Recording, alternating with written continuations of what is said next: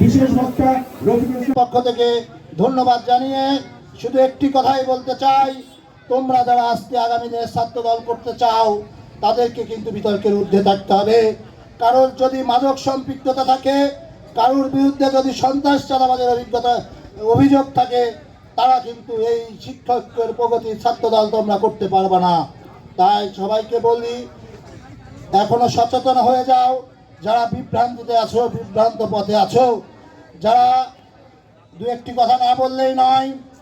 আমরা দেখতে পাচ্ছি ঈশ্বরদীত একটা অংশ এই দলকে বেঁচে দলের শৃঙ্খলা বাইরে গিয়ে ঈশ্বরদী সাধারণ মানুষকে জিম্মি করে তারা নিজেদেরকে অনেক প্রভাবশালী প্রমাণ করতে চাচ্ছে। কিন্তু বন্ধুরা আমার, আপনারা 18 সালেও একই কাজ করেছেন, হাবিবুর রহমান হাবিবকে রক্তাক্ত করেছেন, আমাদের হাজার হাজার ছাত্র দলের নেতাকর্মীদের বিরুদ্ধে মামলা দিয়েছেন, গ্রেপ্তার করিয়েছেন।